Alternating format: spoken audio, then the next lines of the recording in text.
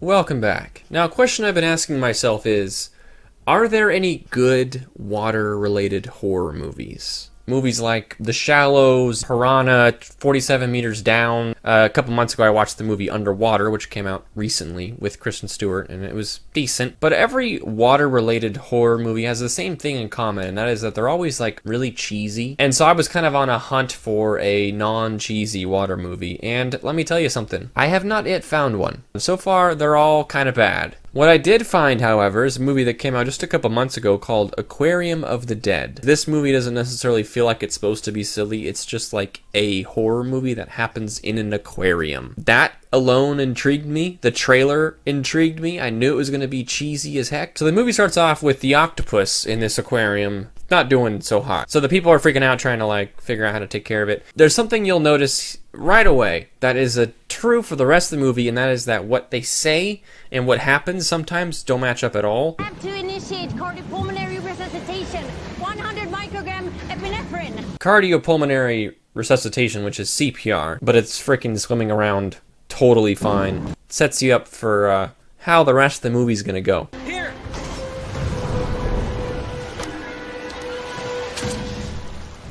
Is the octopus now just lying there? It was just swimming. You could have not showed it swimming at all. Anyway, the octopus wakes up again. But now it's seemingly 5 times as big.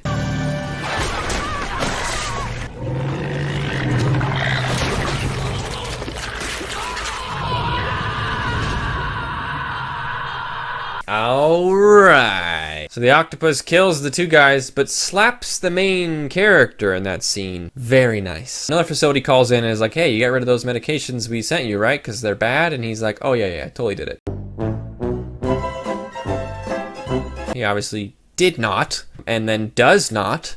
Good morning. Something I was thinking while watching this movie is that these 2 guys are in a different movie. It's your birthday. Yeah. Oh, it's your birthday. Hey. Birthday. The rest of the cast is in an aquarium horror movie, but these 2 guys on the outside, they're in some sort of like quirky family movie. The best shark experience you'll ever experience.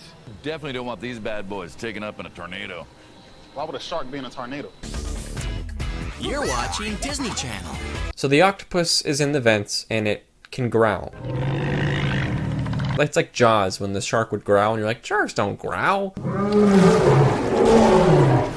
So now we've got the senator is coming for some sort of meeting with the aquarium to talk about some problems they've been having. And he's just played immediately as just some kind of jerk. Get me the funding. So the blonde lady who got slapped by the octopus at the beginning goes and gets help from whoever this is, and they go out to look at what happened. This is the most underwhelming response you could possibly have. Wow.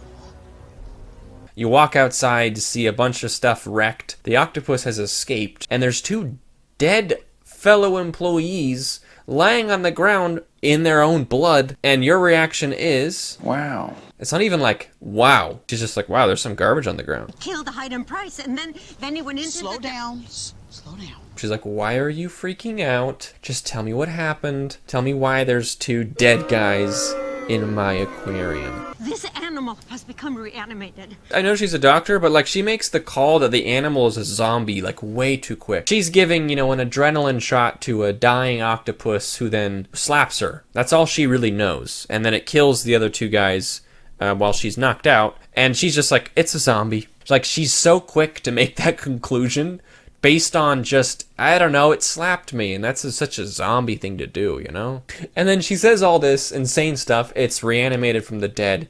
It killed 2 of our guys. It's on the loose. It's probably going to kill again. Gotcha. Conduct a sweep of every Room in the wing. You radio me if you see it. Copy that. Dude, this girl is like hearing it growling above her head while on the radio with someone saying, hey, sweep around to see if you can find it. And she's like, okay, copy that. I'll go look for it. It's right above you. She's like, it could be in the vents. Find it. She's like, okay, yeah, I'll look around. This animal has become reanimated. Come on. That is impossible. The suit and tie guy is definitely like the bad guy of the movie, but he says most of, if not all of, the reasonable things in this movie. And he's played off to be a jerk, so it's kind of funny. They're like, oh, brother, this guy stinks! So somehow every fish and creature in the whole aquarium has this viral infection, which we don't need to get into how that happened. Then they all want to break out of the tank, so they smash the glass until it breaks. We don't need to get into how that's not possible as well. The glass breaks, but in an aquarium, I don't think it's ever glass, right? Isn't it like a thick, like a plastic more, right? But you can see when it breaks, it's like paper thin glass. It like shatters onto the ground and it's like super thin, like window thin glass. You don't need a zombie outbreak for your aquarium to go to hell like this. All it would take is one kid banging on the glass, you know? He tries opening the doors like they're sliding doors. Why isn't the door open? Because the door is locked. We are on lockdown. Lou, are you there? Are you okay? Yes. She's like using a flashlight in like a well-lit room. Like, yeah, I'm trying to find my way around. Sorry. I can't hear you. It's too dark in here. Okay, we need to figure out something, okay? We're smarter than the fish. We got hands. What about them sharks? I remember how fast they work. Last time I checked, they don't walk, hop, or skip. I think we'll be fine. Yeah, but they got teeth, remember?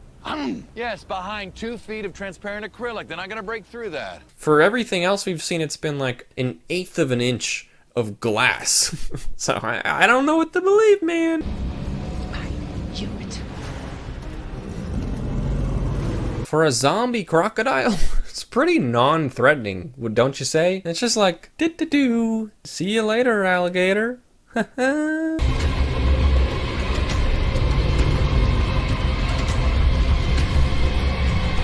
I love the insanely over-the-top stress music, while just like a weird looking, like clearly inanimate model of a crocodile, just the top of it just goes right under their eye level and they all go, oh, whoa, that's a crocodile. But hey, they survived. The crocodile walked in, walked past him, and is leaving out the other side. Thank goodness.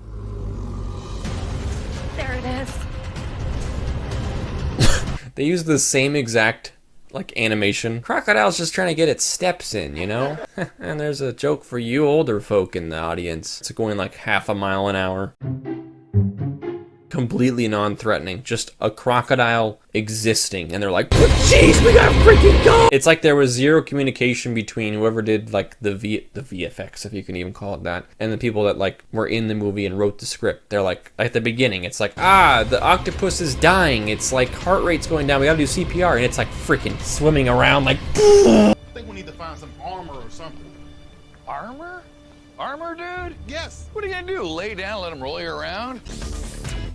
You're watching Disney Channel. like I said, these dudes are in a different movie. The inside, it's just Bummerville. Just snooze fest, running from a crocodile, running from an octopus, running from shattering glass and water pouring out. Daniel's just like every cheesy action hero character. What we need is this. Even though he's just a tour guide. And Skylar's character is basically just a worse version of Kevin Hart. He's just freaking out about everything all the time.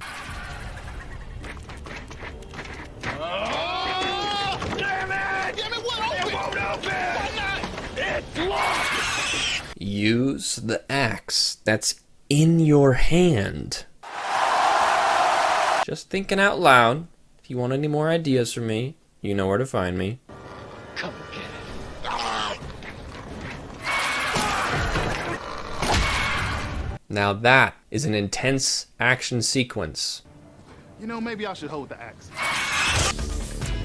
We need to find the nearest door and smash our way through the glass. Good idea, right? Find the door, which we've all seen. They're all glass. Smash the glass. Get out of the building. That won't work. Why? It worked for the fish. There are hundreds of species of wildlife propelling through thousands of pounds of weight, through hundreds of thousands of gallons of water. It's reinforced with lucite and then coated with a commercial window tint. Even if you were to crack it, it's engineered not to break. Okay, first of all, he's not talking about that glass. And secondly, a bunch of tiny little squishy fish broke it by just bumping into it. So you're wrong on both accounts. One, no one asked you about the aquarium glass. And two, clearly it's not that strong, even if that's what we were asking about. Guys, look. crush them. That's the only way to stop them. I like the animation here though. The starfish doesn't jump, it doesn't do anything to like propel itself towards her. It literally just bloop. They're dead. But not dead. Again, the most reasonable guy. She doesn't really have any data that says that, or enough that she's seen that suggests that. The whole top of the desk is covered with grease or slime, I guess. Listen, Clue, we're in the theater box office. Do you know the quickest way to get out of here? And what's working and what isn't? At the moment, no, I don't. I don't know. There's parts of this movie that I just feel like are just a little bit dumb that I don't know if they're even worth commenting on. But like, she refers to the computer as the desk multiple times throughout the movie, to the point where I had to go back and be like, did I miss something? Is there something about the desk that makes the desk special? Why is it the desk? Because it looks like just a computer. And it's like, oh, I gotta stay here and repair the desk, bro.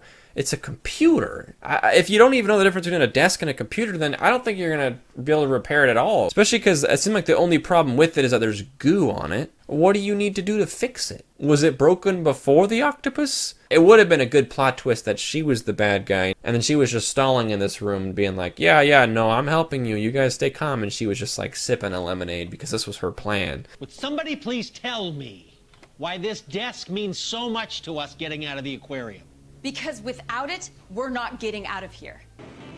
But why? She's like, it's because it controls the whole facility. No one around him says anything reasonable, does anything helpful, or like explains anything in a way that makes sense. It's always just like, we can't get out the glass door. It's made of titanium to keep the fish in. The fish ain't using the front door, my guy. They're zombie starfish. I'm gonna try to get these cameras up and running so that I can get you a little bit more visibility.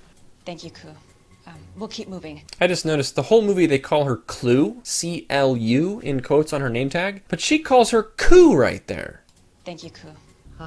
Shh. You want to feed the sharks? Shh. Oh, shh. What? That's a crocodile. Dispatch! We got people running around in there. Animals are loose. We gotta get them out. Bro, how do you make a movie like this? Bro, this is like gotta be the laziest movie I've ever watched. There it is for the third time. The exact same animated crocodile. We'll be right back to the show. So in order to get through the flooded areas, they go up in the air ducts and, crawl. Another one of these weird moments, I don't know what to say. They all are getting ready to go up, all four of them. But once they get up there in the vent, there's only three of them up there. And then our main, only reasonable person asks, "Where's Dr. James?" She took a different one. She's gonna meet us there. What? And then they get through the vents. And then Karen's with them again. Why was that ever a thing? Why did she not go up there? Why did they have to mention that she wasn't up there and then never explain why she went a different way? Just don't mention it. I probably wouldn't even have noticed she wasn't there, or just assumed that she was just off camera. What is this movie? So Karen and Miranda, or whatever her name is, they're like, oh shoot, here's the syringe. I thought these were disposed of. You told me that you burned the Eden supply. You told me you destroyed it. I did. I had it arranged and everything. So then you find out in a conversation they have while 2 feet from the main girl, Senator Guy and Daniel had teamed up to basically sabotage the facility because they want to shut it down or something. But obviously they didn't have to because now the fish are zombies. But like, you find out that Senator Guy is actually a villain and that Daniel's in on it. Is that what I think it is? It's like they can't see each other, like they're blind or something. Scar! No!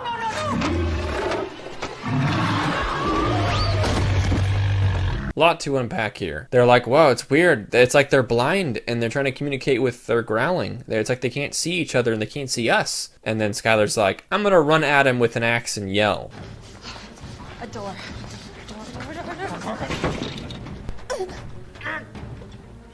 Damn it! It's locked! So the fish can break the glass by just bumping into it, but an axe isn't even worth trying? We have to go through the next exhibit next to us. Super.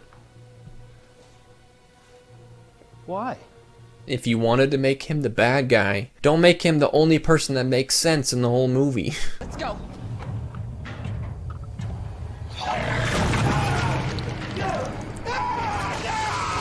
Dang it. Senator, the only reasonable person, had a giant octopus sneak up on him. Bummer, but these things happen.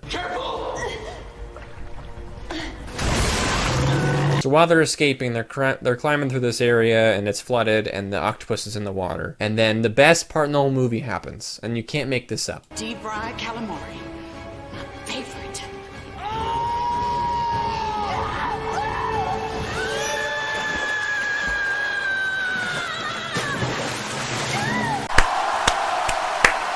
You did it. Deep fried calamari, my favorite. There's such a weird jump cut where she grabs the axe, and then she's like a little bit further back. It just cuts her back. I didn't edit that. That's how it is in the movie. And then she jumps like this, and then the next split second, she's falling backwards into the water. Bro, at least have her successfully attack it, at a minimum. Have it be a nice moment where she tried to save her friends or whatever, to make up for how little she cared about everyone dying earlier in the movie. Wow. Did she trip just between the cut? Did she trip? You could have shown me. You could have shown me that. Yes. So main girl gets to the generator, turns it on, powers back on. You show me that disposal order, or you tell me what really happened. That'll do it. What a little treat that was, huh? What a movie. Anyway, it wasn't a movie that triggered my thalassophobia whatsoever. It was way too silly to be actually scary in any way. But hopefully you enjoyed me making fun of it, and hopefully you got a good laugh out of this. And yeah, thanks for watching, and I'll see you guys next time. Consider subscribing. Don't say no right away, but maybe subscribe. We'll be right back to the show on Disney Channel.